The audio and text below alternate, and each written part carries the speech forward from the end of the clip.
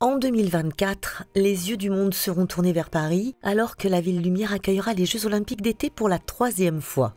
L'événement mondial revient dans son pays d'origine, là où Pierre de Coubertin a ravivé l'esprit olympique.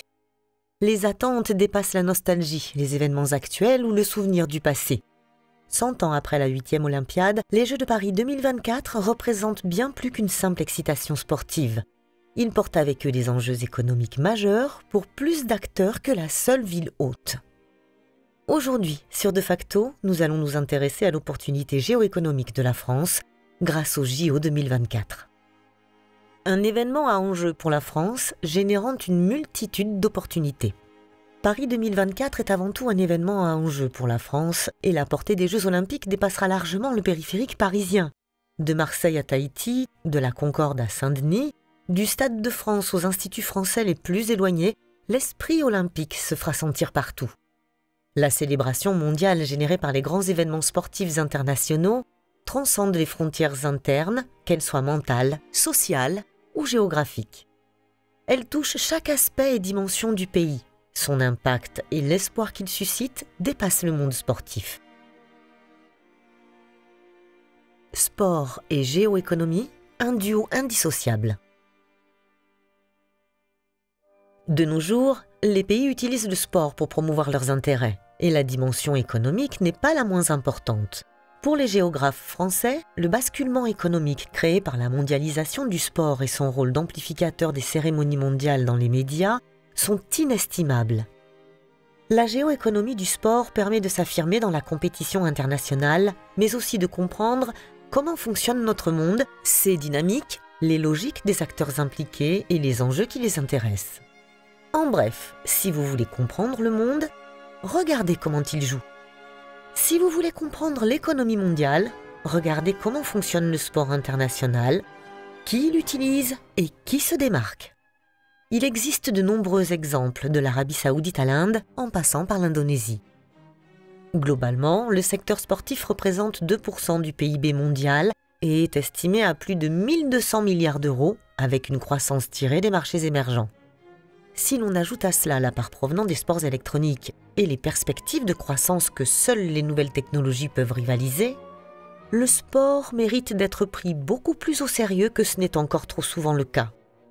Selon la dernière étude de la BPCE, le sport en France représente 2,6% du PIB du pays, avec des ventes nettes annuelles estimées à 71 milliards d'euros en 2023. Avec 128 000 entreprises de toute taille opérant dans tout le pays, l'industrie, au sens large, représente près de 450 000 emplois. Du point de vue économique et politique, le sport est loin d'être négligeable. Il est devenu stratégique.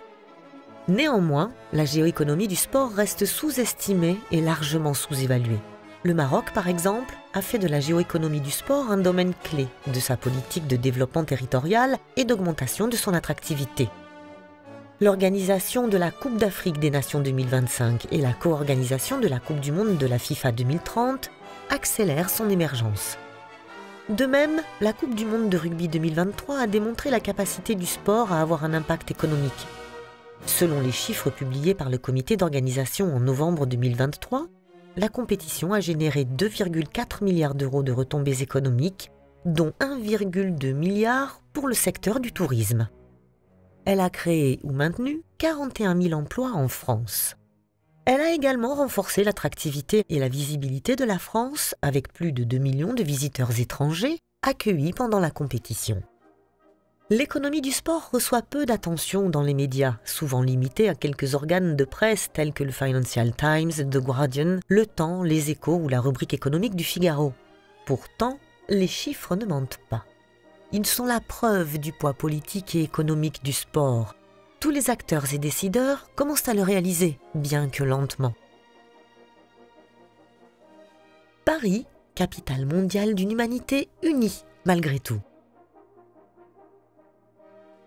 Les grands événements sportifs internationaux sont un exemple parfait de l'importance de cette géoéconomie du sport. Ils surpassent tous les autres événements mondiaux. Les expositions universelles et le Forum mondial ne font pas le poids en termes d'impact, de visibilité et de viralité. Les Jeux Olympiques sont inégalés, à l'exception de la Coupe du Monde de la FIFA. Ils ont plus d'impact qu'une COP, une Fashion Week ou un sommet des BRICS. Les grands événements sportifs internationaux rassemblent l'humanité en un seul lieu qui devient immédiatement une sorte de capitale mondiale. Et c'est l'une des forces de la géoéconomie du sport. Elle rassemble le monde comme aucune autre expérience humaine, à part la guerre et les pandémies. Même les Nations Unies n'ont pas la capacité politique et symbolique d'atteindre l'unanimité et de toucher le monde dans toute sa diversité. En termes économiques, ce genre de focalisation n'a pas de prix. Paris 2024 placera la France au centre du monde et l'humanité regardera la capitale française comme jamais depuis les attaques terroristes, l'épisode des Gilets jaunes ou les dernières émeutes du monde agricole. C'est inestimable, à un moment où Paris doit reconstruire sa stratégie marketing et moderniser son image de marque. Et l'attention sera portée sur l'ensemble du pays, pas seulement sur Paris. En effet, bien que les retombées puissent être politiques et géopolitiques, elles se ressentent principalement dans tous les domaines de l'économie, du développement des infrastructures à la croissance du secteur sportif, mais aussi à l'attractivité et à la réputation internationale de la France. Rien n'échappe à la dynamique géoéconomique du sport. Les grands événements sportifs internationaux sont un véritable stimulant économique.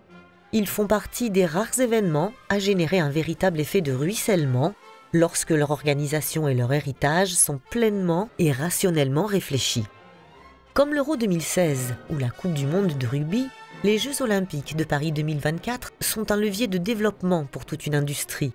L'événement devient une vitrine pour le savoir-faire de nos champions locaux.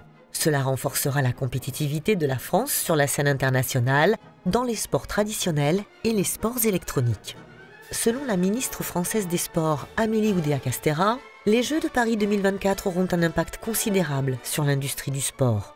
Ils aideront à développer des talents et renforceront la position de la France sur la scène sportive mondiale.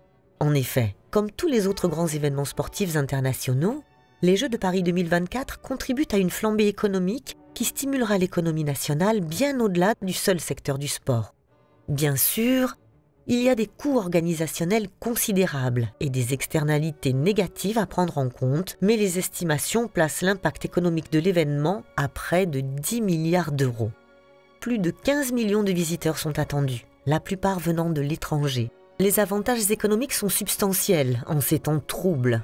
Cette manne s'étend sur plusieurs secteurs allant du tourisme aux hôtels, en passant par le secteur de la construction, la sécurité, les événements, les médias ou les autres services connexes. Pour l'économie locale et nationale, un événement de ce type est un véritable souffle d'air frais, un stimulus majeur. En termes de croissance, d'emploi, de structuration de l'industrie, mais aussi d'expérience et de visibilité pour les acteurs économiques du pays, l'impact est substantiel. Les Jeux olympiques sont une fantastique opportunité pour une ville ou un pays de mettre en valeur son potentiel économique et touristique.